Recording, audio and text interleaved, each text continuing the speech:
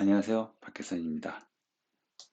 이번 시간에는 4장 1절 통계로 요약하기를 배워보도록 하겠습니다. 네, 통계를 요약하는 방법은 혹은 어떤 데이터를 간단하게 표현하는 방법은 이렇게 숫자를 사용하는 방법과 그다음에 그래프를 사용하는 방법 뭐 이렇게 크게 나눌 수 있겠죠. 그래서 숫자를 사용해서 나타내는 방법을 저희가 보통 기술 통계라고 부릅니다. 그래서 어떤 통계값을 사용해서 데이터 전체를 요약하는 방법이죠. 그래프로 나타내는 방법은 4장 2절과 또 5장, 6장에서 계속 이어서 배워보도록 하겠습니다. 그래서 기술 통계라고 하니까 뭐 테크니컬 통계 이렇게 혹시나 오해하실 수 있는데요. 여기서 기술은 description 뭐 이렇게 설명한다, 이렇게 표현한다는 의미로 이해해 주시면 좋을 것 같습니다. 네, 그 기술의 의미, 그 사전적인 단어 그대로 판다스에는 describe라는 메서드가 있는데요. 데이터 프레임에서 describe 메서드를 호출해주면 이렇게 수치열, 데이터 프레임에 있는 전체열 중에 수치열, 저희 같은 경우에는 번호, 발행연도, 도서 건수, 대출 건수에 해당하죠. 이런 수치 데이터 타입의 열들을 요약해 줍니다. 자동으로. 그래서 나타내는 값은 카운트 값, 전체 데이터가 몇 건이 있는지 나타내고요. 그 다음에 민, 그 다음에 평균 값이죠. 그 다음에 STD는 표준 편차인데요. 잠시 후에 알아보겠고요. 그 다음에 민은 네, 최소값, 그 다음에 맥스는 최대값, 50%는 저희가 가운데 있는 데이터를 쭉 나열했을 때 가운데 있는 값이라고 해서 어, 중위값, 저희가 이렇게 보통 부르죠. 그 다음에 25%와 75% 위치에 있는 값들을 보여줍니다. 이 기본적으로 디스크라이브 메서드를 호출했을 때 나오는 출력 결과입니다. 여기서 저희가 그 25%, 50%, 75% 말고 다른 위치에 있는 값을 알고 싶으면 디스크라이브 메서드에 퍼센타일즈라는 매개 변수가 있는데 여기다가 저희가 원하는 백분율 0에서부터 1 사이의 값을 넣어주면 됩니다. 예를 들어서 데이터를 나열했을 때 30% 위치, 60% 위치, 90% 위치에 있는 값을 알고 싶다고 하면 퍼센타일즈 매개 변수에 0.3, 0.6, 0.9를 리스트로 묶어서 이렇게 전달하면 되죠. 그러면 describe 메소드가 출력하는 결과는 앞에 출력 결과 describe 기본 아무 매개 변수 사용하지 않고 출력했을 때의 출력 결과에서 25%와 75% 빼고 50%와 50%는 포함한 채로 저희가 퍼센타일즈에 추가한 백분율 값 30%, 60%, 90%가 포함돼서 출력되는 것을 볼 수 있습니다. 네, 그 디스크라이브 메서드는 기본적으로 수치 타입의 열에서 작동을 하는데요. 저희가 만약에 어떤 문자열 데이터 타입에서 데이터 타입을 가진 열의 통계량을 어떤 통계값을 요약해 보고 싶다면 include 매개 변수를 object라고 이렇게 지정하면 됩니다. 그러면 수치가 아니라 반대로 오브젝트 타입, 그러니까 보통 문자열이 되겠죠. 문자열에 대한 그 요약 정보를 출력해 줍니다. 여기서는 이제 도서명, 저자, 출판사, ISBN, 세트 ISBN, 부가기호, 권, 주제 분류 번호, 그다음에 등록 일자 등이 되겠네요. 출력되는 값은 카운트고요. 역시 건수가 나오고 널이 아닌 건수가 되겠죠. 난이 아닌 건수. 그다음에 유니크 값이 나옵니다. 그래서 고유한 중복되지 않은 값들의 개수가 나오고요. 그 다음에 탑은 가장 많이 등장하는 값을 보여줍니다. 도서명 같은 경우는 승정원 일기가 가장 많이 나오고요. 출판사로 보면 문학동네가 가장 많은 대출 데이터에 등장하는 출판사네요. 그리고 frequency 그 밑에 있는 FREQ 행은 그 도서 그 위에 있는 탑 행에 있는 값이 얼마만큼 나오는 값인지 빈도수를 나타내 줍니다. 그래서 승정원 일기는 뭐 250권이나 있는 거고요. 그다음에 문학동네 책이 4,410권이나 있네요. 이렇게 해서 음, 문자열 데이터 타입에 대해서도 저희가 요약된 정보를 디스크라이브 메소드를 사용해서 볼 수 있습니다. 네, 그 다음에 평균을 구하는 방법인데요. 저희가 평균은 뭐 대부분의 경우 쉽게 제가 이해를 알 수 있죠. 그래서 원하는 숫자를 다 더한 다음에 그 숫자의 개수로 나누면 저희가 평균을 쉽게 얻을 수 있습니다. 이건 뭐 산수에 해당하죠. 네, 그래서 위에 저희가 ABC라는 세 개의 숫자가 있으면 이렇게 ABC를 다 더하고 3으로 나눕니다. 근데 보통 이제 저희가 뭐 이런 머신러닝 책이나 데이터 분석 책을 보면 이렇게 ABC로 표현하기보다는 x1, x2, x3에서 어떤 어, 변수값 x를 정하고 아래 첨자로 1, 2, 3 바꿔서 서로 다른 숫자인 것을 표현하죠. 그래서 이런 표현법이 굉장히 널리 사용됩니다. 그래서 음, 맨 처음 보시거나 혹은 몇 번 보셨더라도 영 이렇게 익숙하지 않으실 수도 있는데요. 그냥 편하게 그냥 너무 이 기호나 이런 거에 큰 의미를 두지 마시고 그냥 음, 다르다는 걸 나타내기 위한 그냥 표현 방법이고 물론 A1, A2, A3 해도 되고 네, B1 아니면 뭐 P1, P2, P3 해도 됩니다. 근데 많은 사람들이 그동안 오랫동안 관습적으로 뭐 X라는 것을 사용했기 때문에 저희도 그냥 X1, X2, X3 이렇게 사용하도록 하겠습니다. 네, 평균을 계산하는 방법을 뭐 저희가 간단하게 파이썬 코드로 만든다면 X라는 리스트에 뭐 3개 숫자 12, 20, 30을 넣어서 준비해 놓고 그다음에 포문을 반복하면서 X의 인덱스 0, 1, 2를 돌아가면서 반복하고 그래서 그 인덱스 i를 이제 X 배열에 첨자로 넣어서 X의 원소 3개 10, 20, 30을 썸 변수에 더할 수 있죠. 그 다음에 그 더해진 썸을 X 리스트의 길이로 나누면 저희가 평균 20을 얻게 됩니다. 아주 간단한 평균을 계산하는 포 반복문이었습니다. 저희가 그 파이썬 코드와 동일한 방식을, 이런 의미를 저희가 간단하게 기호로 구현하는 게 바로 밑에 있는 합기호, 시그마 기호인데요. 저희가 x1, x2, x3라고 표현했던 걸 간단하게 시그마 기호로 표현할 수 있습니다. 그래서 합기호인데요. i가 1부터 3까지 변하면서 x 변수의 i에 대입됩니다. 그래서 x1, x2, x3 이렇게 되겠죠. 그래서 x1, x2, x3가 다 더해지는 합을 의미합니다. 그래서 마치 저희가 위에 있는 포문에서 썸 변수의 엑셀 리스트에 있는 값을 누적한 것과 동일한 것을 아주 간단하게 이렇게 요약해서 표현할 수 있죠. 음, 이런 이제 시그마 기호나 이런 거를 사용하는 이유는 괜히 어렵게 만들려고 하는 건 아니고요.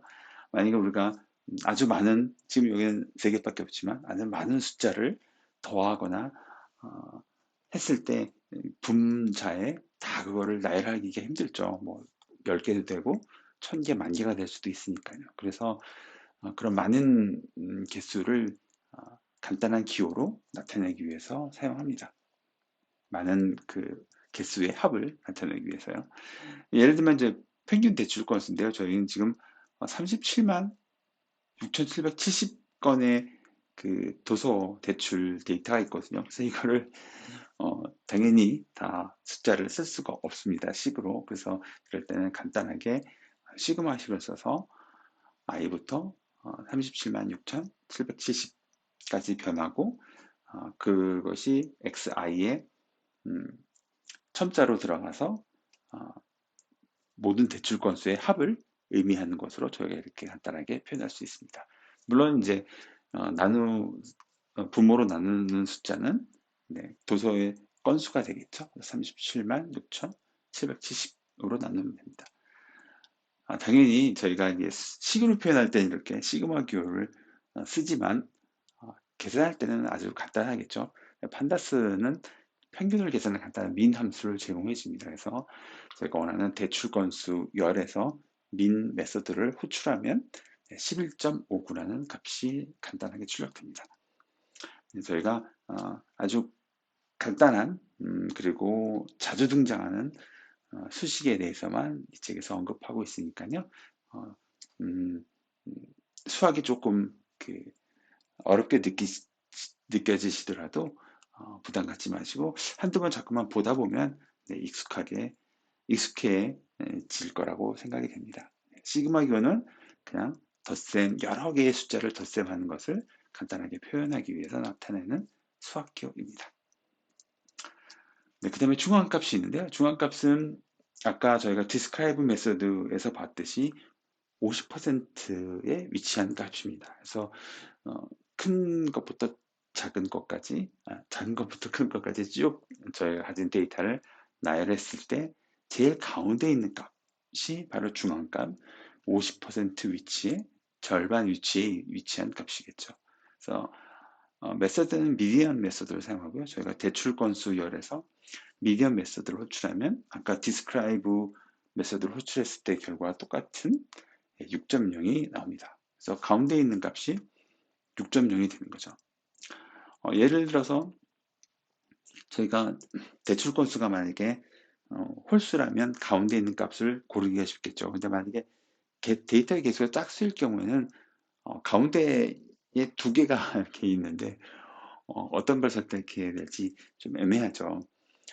데이터 건수가 짝수일 경우에는 가운데 있는 두 값의 평균을 계산합니다. 그래서 예를 들어 저희가 1, 2, 3, 4라는 4개의 원소로 이루어진 데이터 프레임을 만든다면 그 다음에 제가 이 데이터 프레임의 중앙값을 계산해 보면 가운데 있는 2와 3의 중앙값 평균인 2.5가 중앙값으로 미디안 메서드의 결과로 출력되는 것을 볼 수 있습니다. 네, 그 다음에 최소값과 최대값인데요. 최소값과 최대값은 뭐 저희가 굳이 설명 안 해도 너무나 쉽게 이해할 수 있죠. 데이터에서 가장 작은 값, 또 데이터에서 가장 큰 값입니다. 그래서 메소드는 민, 그다음에 최대값은 맥스 메소드를 사용해서 저희가 쉽게 확인할 수 있습니다.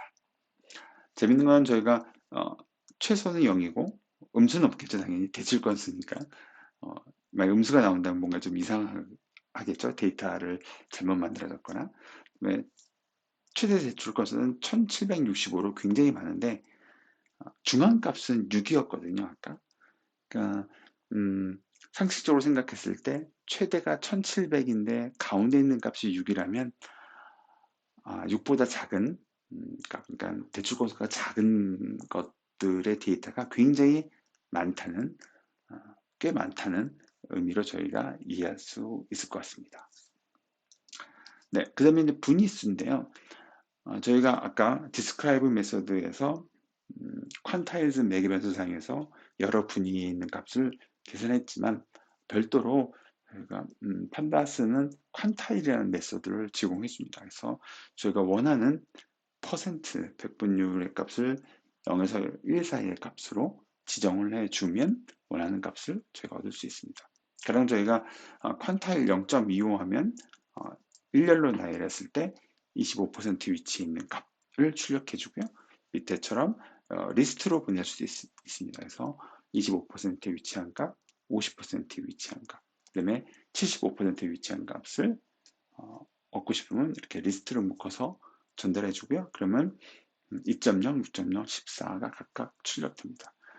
분위수는 저기가 아까 그림으로 볼 수 있지만 중앙값은 분위수로 봤을 땐 가장 가운데 있는 값이죠. 양쪽 50%, 50% 사이에 있는 값이고요. 그다음에 저희가 보통 4분위수라고 얘기하는 거는 4등분으로 나누는 위치입니다. 그래서 25%, 50%, 75%에 해당되는 값이 각각 4분위수에 해당되는 값입니다.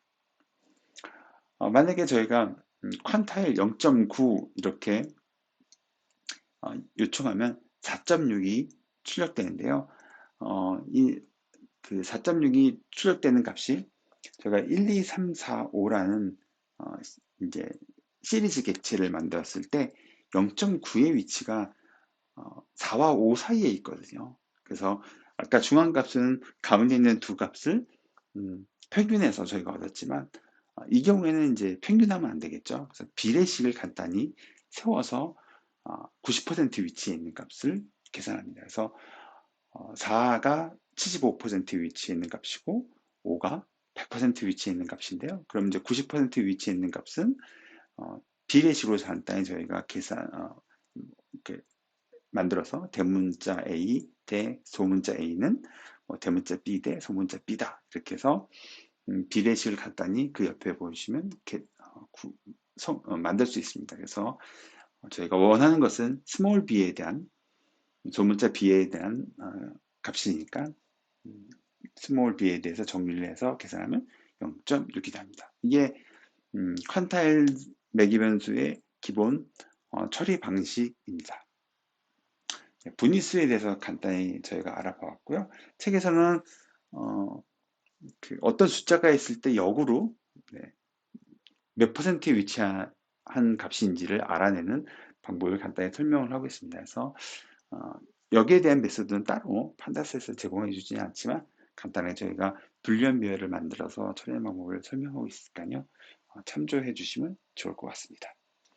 네, 그 다음에 이제 분산과 표준 편차인데요. 분산과 표준 편차는 이제 통계를 공부하시거나 아니면 머신러닝을 다루실 때 굉장히 많이 나오는 통계 값 혹은 통계량이죠. 그래서 이제 자주 보시다 보면 익숙하고 부담이 없게 제가 보실 수 있는데요. 처음 볼 때는 조금 앞에 나온 뭐 중앙값이나 혹은 최소 최저값이라는 용어보다는 좀 더 이렇게 무겁게 들릴 수 있습니다. 그래서 모두 다 그러니까요. 누구나 다 그런 거니까 너무 걱정하지 않으셔도 괜찮습니다. 분산은 데이터가 얼마나 퍼져 있는 정도를 나타내는 값이고요. 만약에 왼쪽에 있는 그림처럼 데이터가 옹기종기에 이렇게 보여 있다면 분산이 좀 작고요. 그다음에 데이터가 이렇게 넓게 퍼져 있으면 많이 흩어져 있으면 분산이 크다고 말을 합니다. 그리고 실제로 계산해 보면 분산 값이 크게 나옵니다. 분산을 계산하는 방법은 저희가 1, 2, 3, 4, 5라는 5개의 데이터가 있다고 가정하고요. 이 5개의 데이터에서 먼저 평균을 구합니다. 그 다음에 각 데이터를 1, 2, 3, 4, 5를 각 데이터에서 평균을 뺍니다. 그래서 1에서 평균을 빼고 2에서 평균을 빼고 3에서 평균을 빼고 4에서 평균을 빼고 5에서 평균을 뺍니다. 이렇게 평균을 뺀 거를 다 제곱을 합니다. 제곱을 하는 이유는 제곱을 하지 않으면 음수가 나올 수 있기 때문에 그럼 양수랑 음수랑 뭐가 상쇄돼서 얼마큼 퍼져 있는지를 나타내기 좀 어렵죠. 그래서 제곱을 하고요. 제곱을 하다 보니까 차이가 크게 나는, 그래서 평균에서 멀리 떨어져 있는 데이터는 더 큰 값이 나오겠죠. 제곱을 하니까. 그래서 좀 더 넓게 퍼진 데이터는 좀 더 분산을 더 크게 드러내는 그런 효과도 나타냅니다. 그래서 이렇게 각 데이터에서 평균을 뺀 다음에 제곱을 하고 그 다음에 일반 평균 하듯이 데이터의 개수로 나누는 것이 바로 분산입니다. 그래서 1, 2, 3, 4, 5에 대한 분산을 계산하면 이렇게 2가 나오네요. 저희가 만약에 분산을 아까 평균에서 봤던 시그마 기호를 표현하면 오른쪽 위에 있는 이런 값이 됩니다. 그래서 분산의 값은 S제곱이라고 저희가 이렇게 표현하고요. 위에 분산은 시그마 기호를 써서 1부터 n까지. 보통 저희가 n이라고 하면 임의의 정수를 말하죠. 수학에서. 그래서 저희가 1에서 n까지 어떤 정수, 임의의 정수 n까지의 n개가 있는 정수를 모두 다 더하는 겁니다. 근데 그 n개의 정수가 xi에 대입된 그 첨자가 요 i에 대입된죠. 그래서 x1부터 xn까지 n개의 정수가 더해지는데 그냥 더해지는 건 아니고 평균을 뺀 다음에 제곱을 해서 더해진다는 거죠. 그래서 평균을 나타낼 땐 저희가 x바라고 나타내고요. 음, 그 x 혹은 뭐 다른 문자든 상관없습니다. x가 될 수도 있고 뭐 y가 될 수도 있고 어떤 숫자를 나타내는 어, 기호 위에 이렇게 바를 위에 모자를 지워서 막대기를 얹어서 평균을 나타냅니다. 표현합니다. 그래서 x바 하면 x의 평균이라고 이렇게 생각해 주시면 됩니다. 그래서 x바는 당연히 아까 앞에서 저희가 봤던 평균을 기호로 표현했을 때의 수식과 똑같죠. 앞에서는 저희가 음, i는 1에서부터 3까지 뭐 이런 식으로 구체적인 어, 정수의 숫자의 개수를 지정했는데 여기서는 위의 분산과 똑같이 임의의 정수 n을 사용했습니다. 그래서 i는 1부터 n까지의 모든 xi를 다 더해서 n으로 나누면 평균이 되겠죠. 이게 바로 x파입니다. 분산은 저희가 식으로 이렇게 표현하고요. 그 다음에 당연히 판다스에서 제공하겠죠. 대출건수열에서 저희가 분산을 계산하는 메소드는 VAR 바 메소드입니다. 그래서 바 메소드로 출해주면 이렇게 371.69라는 값이 나옵니다. 분산은 여러 용도로 많이 사용되는데요. 분산 외에 저희가 이제 표준편자라는 그 통계량을 하나 더 배울 텐데요. 이 두 값의 큰 차이는 분산을 제곱을 하기 때문에 그 단위가 변하게 됩니다. 앞에서는 저희가 대출 건수가 되는데 저희가 위에서 평균을 빼고 제곱을 했기 때문에 대출 건수의 제곱처럼 이렇게 단위가 바뀌어 버리게 되죠. 그래서 도대체 이 값이 저희가 계산한 값이 지금 371인데 도대체 평균에서 얼만큼 많이 떨어져 있는 건지 이렇게 확 감으로 얻기가 좀 힘듭니다. 그래서 분산의 루트를 씌운 것을 저희가 표준 편차라고 부르고요.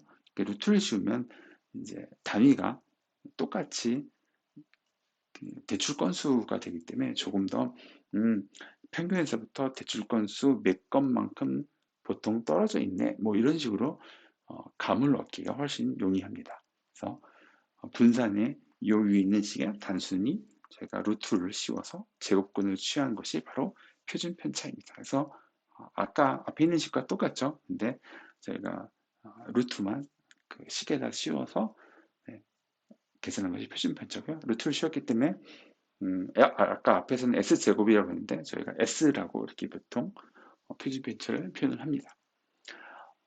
역시 판다스에서도 표준 편차를 계산하는 메소드를 제공하고요. STD라는 메소드로 계산을 할 수 있습니다. 그래서 대출 건수열에다가 STD를 메소드로 호출하면 19.27 이렇게 나오네요. 넘파이에서도 저희가 그 대출 건수를 계산할 수 있는데요. 대출 건수의 표준 편차를 계산할 수 있는데요. 사실 여기서 이제 넘파이에서 앞에서 본 판다스의 로 구한 여러 가지 통계량들을 구하는 방법은 이제 책의 4.1절, 4장 1절의 뒷부분에 나옵니다. 부록으로. 그래서 참고해 주시면 좋을 것 같고요. 여기서 지금 한 가지 언급하고 넘어야 될 거는 이 판다스와 넘파이의 분산과 표준 편차를 계산하는 방법이 약간 좀 다릅니다. 그래서 여기서 19.279가 실제로 어떻게 계산되는지 지금 밑에는 넘파이로 직접 계산하는 방법을 보여주는데요. 저희가 위에서 그 모든 그 x 원소 저희가 대출 건수에서 평균을 빼야죠. 그게 바로 저희가 지금 diff값 대출 건수에서 대출 건수의 민 값을 계산한 것을 빼고 있는데 그래서 이 각 원소에서 평균을 뺀 거가 diff고요. diff. 이 diff를 제곱을 했습니다. 그다음에 이 제곱한 걸 모두 더하고요. 그다음에 그 행의 개수, 그러니까 데이터의 건수로 대출 건수의 개수로 나눠야 되는데 마이너스 1을 하거든요. 그래서 이거는 이제 자유도가 1 줄어들었기 때문에 이렇게 되는데요. 자세한 내용은 책 뒤에 넘파이 부분에 나오니까 참고해 주시고요. 간단히 설명하면 어, 저희가 평균을 구하는데 저희가 이 데이터를 사용했기 때문에 음, 평균과 그다음에 전체 데이터에서 하나가 없어도 평균을 알고 있으면 그 하나를 저희가 계산할 수 있겠죠. 네, 평균식을 뒤집으면 저희가 하나를 알 수 있기 때문에 그래서 평균을 사용하는데 이 데이터를 사용했기 때문에 모두 다 독립성이 어, 모두 다 독립된 샘플이 아니라 하나가 이제 어, 그 자유도가 줄어들었다 이렇게 표현을 합니다. 그래서 음, 판다스는 자유도를 1 뺀 마이너스 1을 해서 분산과 표준 편차를 계산하고요. 넘파이에도 똑같이 STD랑 바하 메소드, 분산을 계산하는 메소드가 있는데요. 이때는 마이너스 1을 빼지 않습니다. 자유도를 고려하지 않고 그냥 계산하고요. 그래서 판다스는 좀 더 통계적인 부분에 좀 더 초점을 맞췄기 때문에 그런 부분을 좀 반영한 거고요.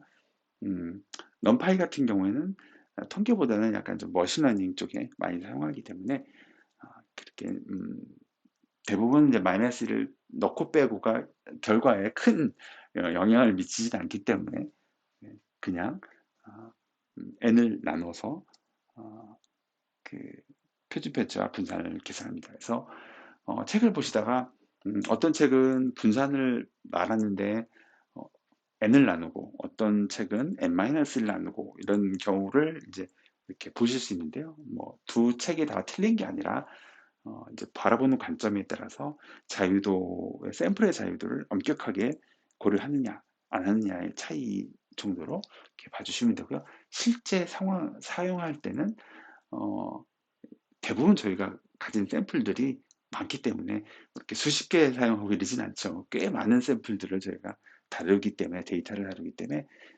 큰 차이는 나지 않는다고 이렇게 알아주시면 좋을 것 같습니다. 네, 그 다음에 이제 최빈 값인데요. 최빈 값은 많이 등장하는 값이죠. 그래서 메소드는 모드 메소드로 구할 수 있습니다. 그러니까 도서명에 모드 메소드를 적용하면 저희가 승정원 일기가 나오고요. 발행 연도에 적용하면 2012년도에 그 책이 가장 대출 데이터에 많이 포함되어 있네요. 그래서 모드 메소드를 사용하는 방법을 알아보았습니다. 네, 이번 시간은 여기까지고요. 다음 시간에는 4장 2절 분포로 요약하기 절에서 데이터를 그래프로 간단하게 요약하는 방법들을 몇 가지 알아보도록 하겠습니다. 네, 들어주셔서 감사합니다.